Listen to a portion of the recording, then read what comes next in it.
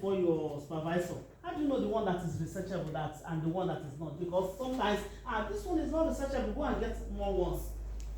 Okay, so the idea of describing an area as researchable or not usually comes from the bias lens of your supervisor. Let's look at the question of, I don't know what example to give now, but the point here is when a supervisor says so topic is not researchable, he or she is judging already that there are not a lot of things on it already for you to form as the basis for what you want to do. Or they assume that the issue you want to address is so new that they imagine that you have nowhere to lean on. Now, this assumption comes from the perspective that this supervisor imagines that you have nothing new to contribute. This is why when you write, many of them expect you to quote 100 persons, because their assumption is that, what can you say? This is a wrong assumption from their side, which is very bad. So whether a work is researchable, no topic is not researchable. Every topic is researchable. Oh. Every topic, as long as there is the prospects of good contribution from that topic. Like what I answered further. If there is such an issue and there are not a lot on it already, if you listen well, I said, find opportunity and develop, a fresh information by gathering fresh data, either in form of interview or focus group discussion. When you do that, you already produce a fresh data, a fresh information that is not there previously. Sir, sorry for cutting. So that I just hold. Your concern here is from your supervisor. Okay. And my guide is this. For now, they are your supervisor. Yes. Learn what you should learn. Learn the best practices. Follow them. But you know what you have learned. So when you finish graduating with them, move on to work at the best practice level. Because many of them are not knowledgeable, but they are leading those who want to know. That's the problem. So my answer for you in this case, to say that the topic is not researchable, is an issue that relates to your supervisor, not to the topic.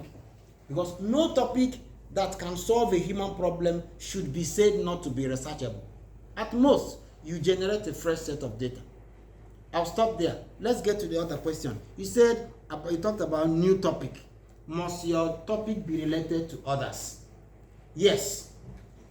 The purpose of literature review is not to copy other people, but to look at their works. By summarizing their contributions, you arrive at a summary of the state of the art.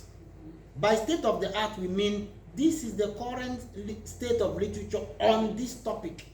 So you're going to authors not because you can't do without them, but in fact you can't do without them.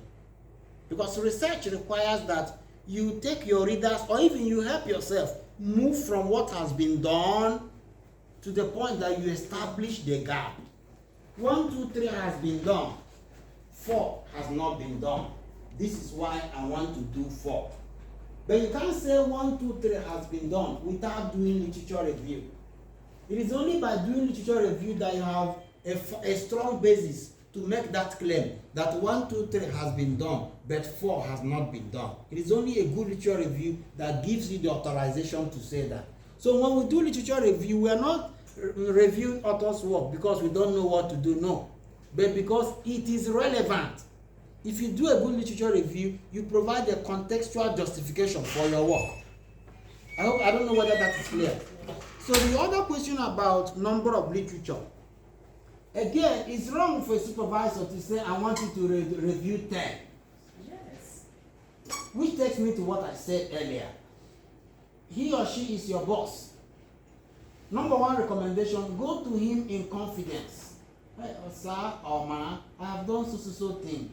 Do you understand? See what I have found. You push. If the person insists, you obey. Because the process of being supervised is also the process of learning obedience. Learning patience, all of these things come into play, which is why universities like Nigeria, when they give you a certificate, they say you are qualified in character and learning.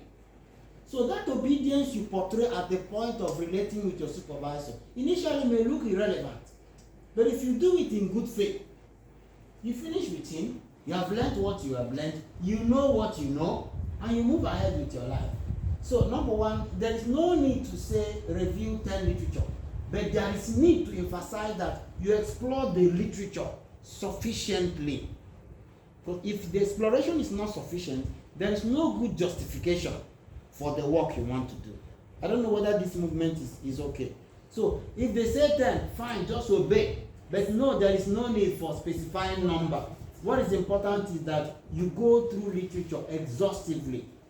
If you have the intention to do it exhaustively, you will see that in the end, you may be the one driving yourself to 60 literature because you are searching and searching. And then to your first question, what if you want to do a work and then you don't get funding? The advice in this case is, many times anyway, for some type of work, it's good to get funding before you start it. Because like you have said, if you start and there is no funding, you get stuck. In which case, what you need to pull through is your personal passion. In which case, you may have to go to friends and family to get support for that work. So if you're passionate enough, let's say particularly for the example you gave, postgraduate studies. We can't hear again, oh. So I was trying to say that, can you hear me now? We can't hear again. Can you hear me now? Hello? I can hear. Maybe Father, check your connection. Hello, Father, can you hear me now? I'm hearing you, but I can't hear Doc. Okay, now, if you can hear the person talking, that is Anthony talking. Hey. Hello? Hello? I can hear you. It may be from his end. Father? Yeah, I can hear you too, but I can't hear Doc. Yes, it is the dog that is talking. What went wrong? It is the dog that is talking. Hello? Can you hear now? He say the Lord. Hello, Father, can you hear sister talking? Maybe you can just. Father, can you confirm you can hear sister?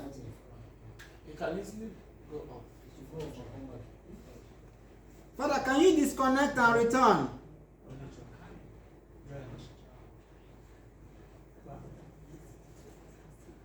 Anyway, we are recording this. We will share the link with you.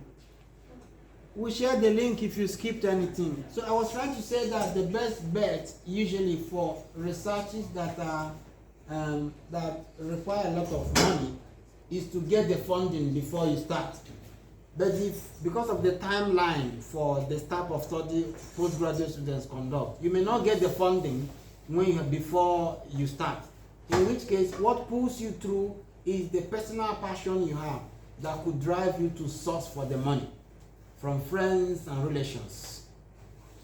A middle way, however, is to propose what you can fund if there is no funding already. Yes, formally that was what I did.